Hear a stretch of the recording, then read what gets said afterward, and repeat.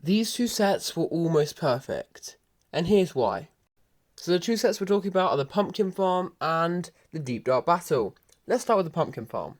So the LEGO Minecraft 2023 Summer Wave has been pretty good. It's had some nice sets in, four of them being the Axolotl House, the Iron Golem Fortress, the Crafting Box 4.0, and the one we're talking about today, the Pumpkin Farm. Now, I may not have ranked it as first, but there are reasons why it could be the best, and it's because of bringing things back. And what I'm talking about is the Witch. The one minifigure in the set that everyone wants to talk about is the Witch because the last time we saw it was in 2017. A set that didn't actually last that long and retired quite quickly, so not many people have that minifigure. It's an extremely rare minifigure to have, and because the Witch Hut was quite a little bit expensive of a set and didn't last very long, it's also quite hard to find and is very expensive if you try buy the set itself or even the minifigure alone. Also because it's got a custom mold for the hat as well, which made it more expensive, having like a new mold and stuff that hasn't been used in any other set. But the rest is just printing, so it's not as rare. It's mainly the head and hat. That's the rare things about the Witch. And in the LEGO Minecraft 2023 Summer Wave, they brought it back in the Pumpkin Farm. Now the Pumpkin Farm has the Witch as well as a new colour of frog, which isn't the biggest thing of it, but still it's cute to see that they've also added another exclusive minifigure in, being the new colour of frog, but they've also brought about the Witch. The one complaint about the Witch would be that they didn't actually add the green thing on the hat. They have overly simplified it again.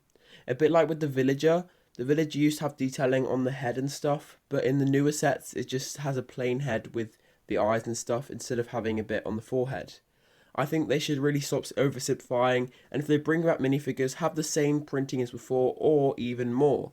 Instead of making them less expensive, as in like using less money to make them, maybe use more. Maybe make more printing, make more detail, make it more detailed and make it more realistic to the game instead of trying to make it cheaper to make, sell it for a more expensive price.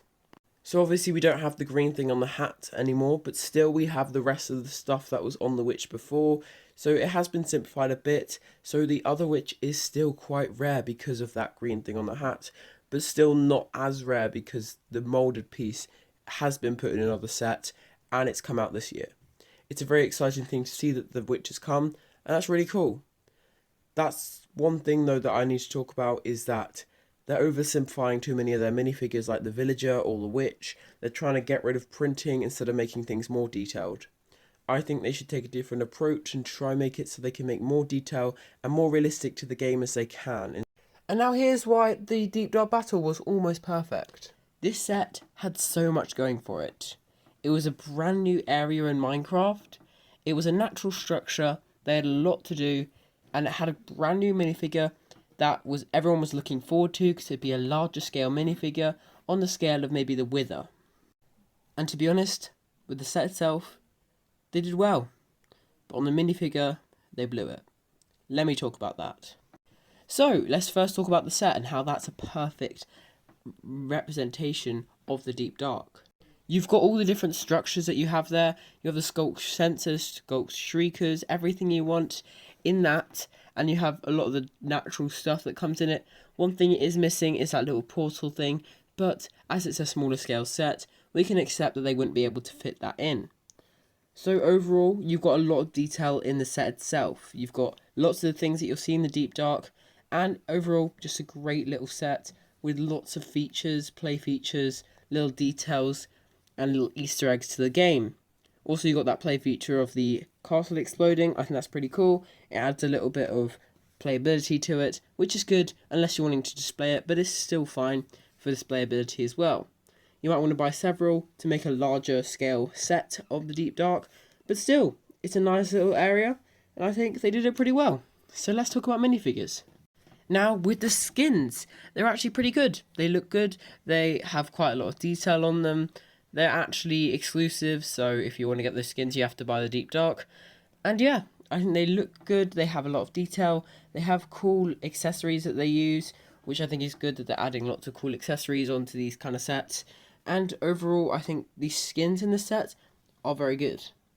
But then we get to the big part of it, the thing that everyone was looking forward to seeing. And this was a warden. Obviously, the Deep Dark has to come with a warden, and that's why we thought, when we're getting a Deep Dark set, we're going to get a warden alongside it. And of course, we did.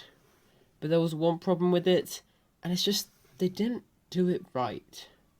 The warden ended up with a very bright turquoise head, with the face being a bit too low as well, and just ugly horns, and it just didn't look right for what the warden looks like in the game. As soon as we saw it, we were like, yes, but no. It was a 50-50 thing. I kind of liked it. It had good printing, but then they kind of blew it with the head and stuff, with how bright they made it.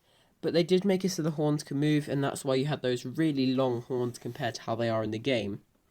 Overall, it's not the best representation of the warden in LEGO, but they did try, and I'd say that they can make later versions of it that will look a lot better, but this version just didn't hit the mark.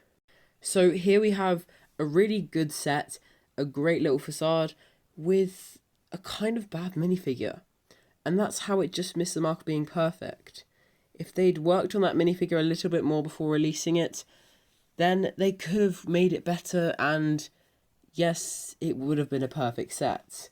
But things do happen, and I think it was quite a rushed set because the Deep Dark had just come out and they were like, we need to get this out quickly, so that might also be something that goes into it. So that's where those two sets were almost perfect. I really hope you enjoyed this video. You can subscribe up there, there's another video down there. I really hope you enjoyed, and I will see you all next time.